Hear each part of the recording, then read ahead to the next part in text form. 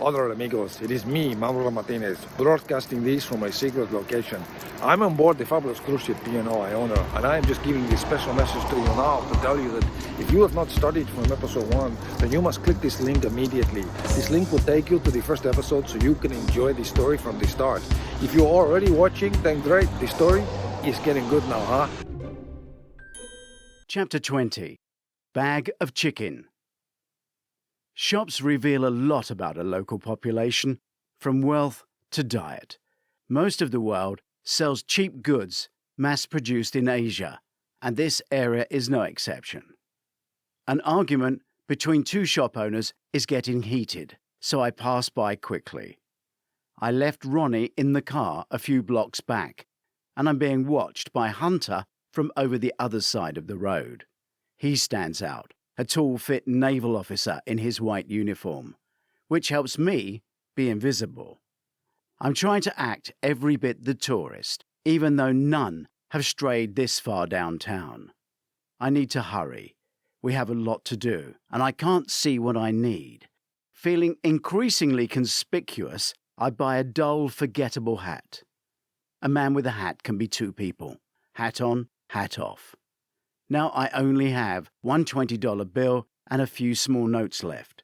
The rest are all $100 bills. A small kid approaches me with his hand out, and I'm hit with a flashback of a homeless, parentless kid on the streets of Syria, one of many starving, injured, and displaced children whose images will never leave me. Somehow, I must learn how to live with the memories and the PTSD. I reach out, just touch the boy's cheek. I need to feel he's alive. "What do you need, buddy?" I ask him with an American accent. "Eat." I want to feed him rather than give him money, which might go to a pimp. I look for his handler, who'd no doubt see more value in me than the kid does. "Food, mister," he says. His tone changed to desperation. If he's acting, it's worth an award. I really don't have time for this, but I can use him. I drag him to a street cafe that has rotisserie chickens. "You take US dollars?" The owner nods, but I see no prices.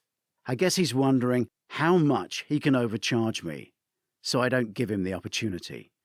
"Chicken, a whole one in a bag, and 10 of those." I point to the flatbed wraps.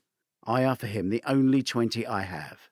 "Keep the change," I say, and I see him trying to build the courage to tell me it's not enough, but I know it's more than adequate, and my look dictates the same. I invite the kid to help himself to food from inside my bag. If I have food, I have the kid. "I need your help," I tell him softly. The kid looks up at me, fearing he might lose the food. Desperate to eat, he overfills his mouth. "Take me to a shop to buy a luggage case, a big bag for all my clothes. For travel, I need to buy cosmetics for my wife." I mime, lipstick, eyeliner, still being as American as I can. The boy takes another handful of chicken and pulls me over the road. This investment will achieve my goal. It's an old trick.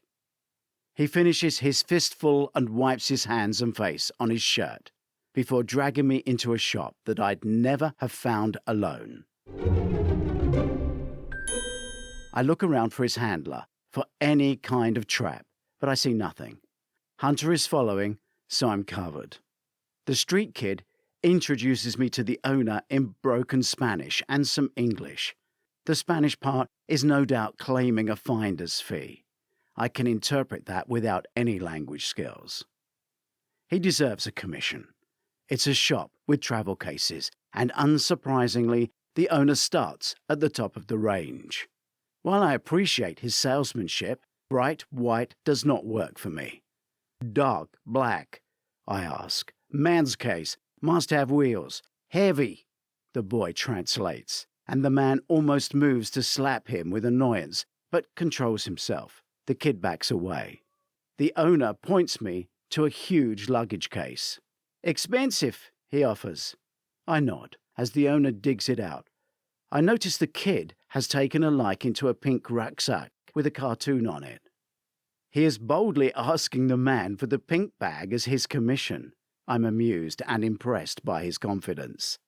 The shopkeeper would rather shoo him out, but he wants my sale. I give him the chicken. He sneaks a crafty handful and hides his chewing in a smile. I can see the kid is thinking of running now he has the food, and I don't want him to go. Hunter might not take too kindly to a kid running. Who knows what or who he is running to or why? He could report back that he's found a rich American.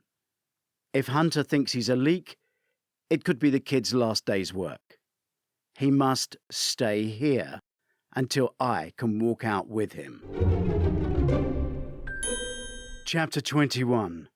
Big Case. You want that? My sister, school. I'll pay for the kid's bag, I offer, and look to the boy and give him a thumbs up so he'll stay. I see the perfect case, solid, 4 wheels and claiming another inside. 2 sets of 2 would be perfect. $100,000 is just over 4 inches. 10 of those is $1 million. The brick in Ali's safe is a double size, but not that big, so under $1 million. Not that that matters now. The small case will fit 3 stacks deep by 2 stacks wide and 4 across. We have a load of room for money. I'm done. I wheel both cases towards my young assistant and see that from where the pink back satchel came, there is one in blue. I offer it to him. Oh, how much? I ask. The owner tries to hide his surprise. $135, he announces, as confidently as he can. What a payday for him. I slide 2 notes out of my pocket. No change, he says, showing me the little amount of money in the till. I take a little bottle of lethal-looking tequila from the counter, but that still doesn't come close. I pull a couple of T-shirts from his shelf. Then, from a pile of plain canvas bags that lay flat, I take 6. All that goes in a smaller case. Mister, your wife, the boy says, showing me the array of cosmetics. There is no nail varnish. I mime taking off the nail varnish, and the owner understands. 2, I signal. Are we square? He agrees super fast. Both small cases are fitted into the larger ones, and we leave. My young assistant wheels his case next to me, hugging my arm, the pink sack on his back. Thanks, mister. There are some things in life money can't buy. Hunter is at the main road, and the car arrives as we do. Hunter opens the door, but the excited, over-helpful child runs to the trunk where the dead body is and flips it open. In a split second, I compute that once he sees inside, he is dead.